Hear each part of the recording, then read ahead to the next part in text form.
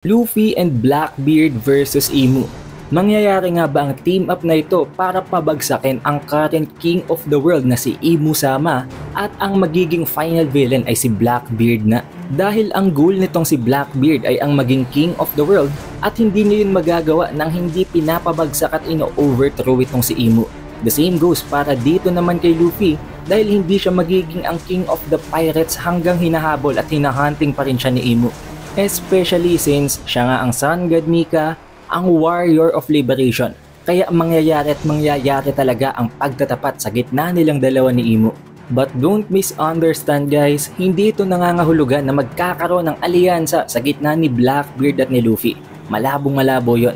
Isipin nyo na lang, there will come an instance, a moment or isang situation na magtatagpo ang tatlong ito at dahil lang nga sa alam naman natin na overpowered talaga si Imu, kakailanganing magtulong muna ni Blackbeard at nitong si Luffy para mapabagsak muna si Imu na nasa harapan nila at matapos yon sa kanila isasettle ang alitan sa gitna naman nilang dalawa. Malabo?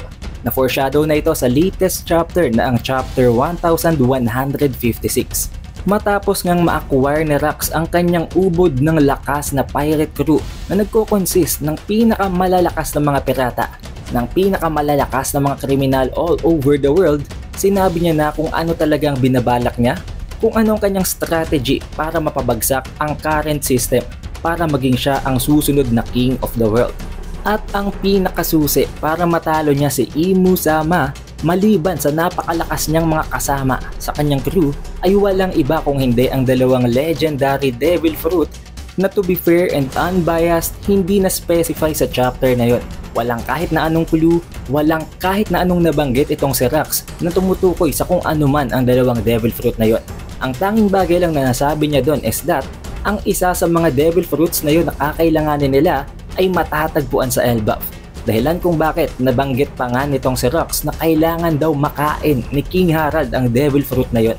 Dahil kung hindi mamamaximize ang paggamit ng power mula sa devil fruit na yon.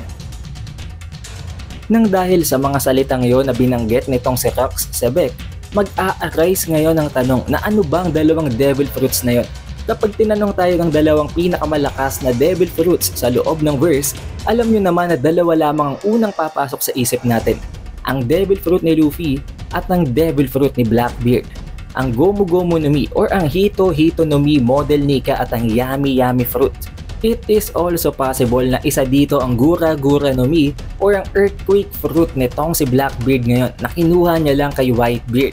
Dahil as of now, yun ang dalawang devil fruits na hinahawakan ni Blackbeard. Pero for the sake of the assumption, ipagpatuloy natin ang theory na ito nang ina-assume na ang dalawang devil fruits na yon ay ang Yami Yami no Mi at ang Hito Hito no Mi.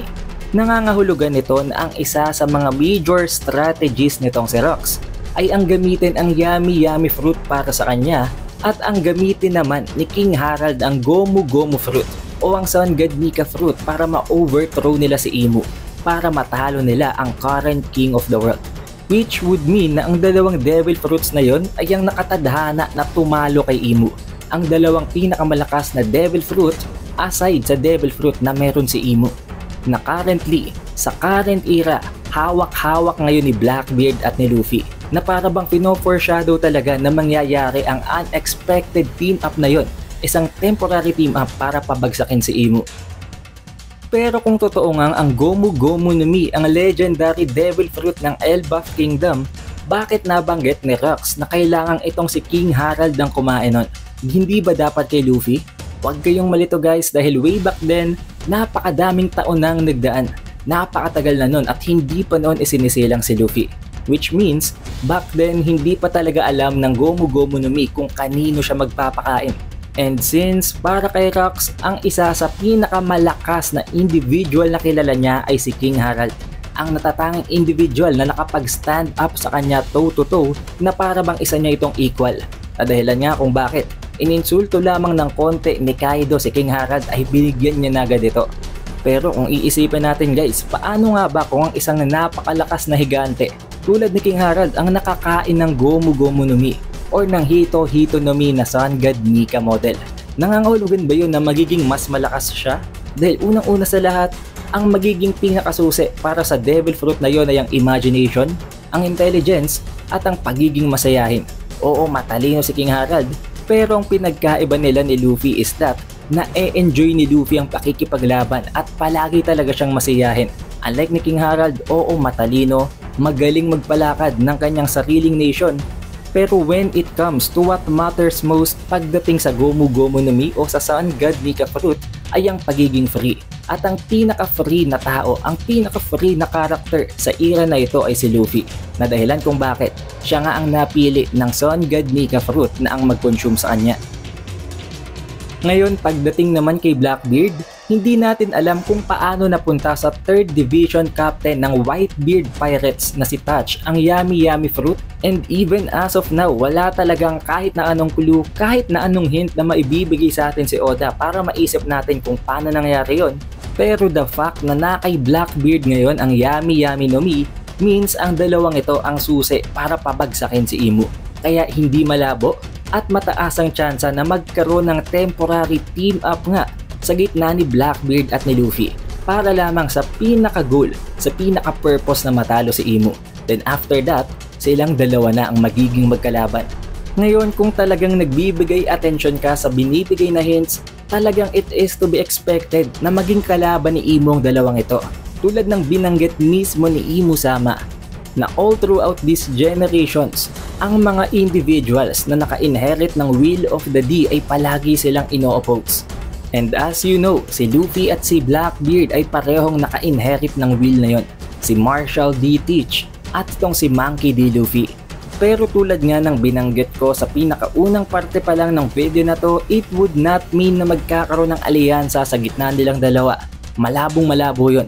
Lalong lalo pat may galit talaga itong si Luffy kay Blackbeard. So mataas ang tsansa na after nilang matalo si Imu, magiging final villain na ngayon itong si Blackbeard. Dahil alam nyo naman kung ano ang goal nitong si Blackbeard, ang maging king of the world. Meaning matapos niyang talunin or matapos nilang talunin ni Luffy itong si Imu, papalit siya sa posisyon ni Imu gamit ang kanyang Yummy Yummy no Mi na alam naman nating lahat na may isang tricky way para ma-acquire ang Devil Fruit ng namatay na user nito.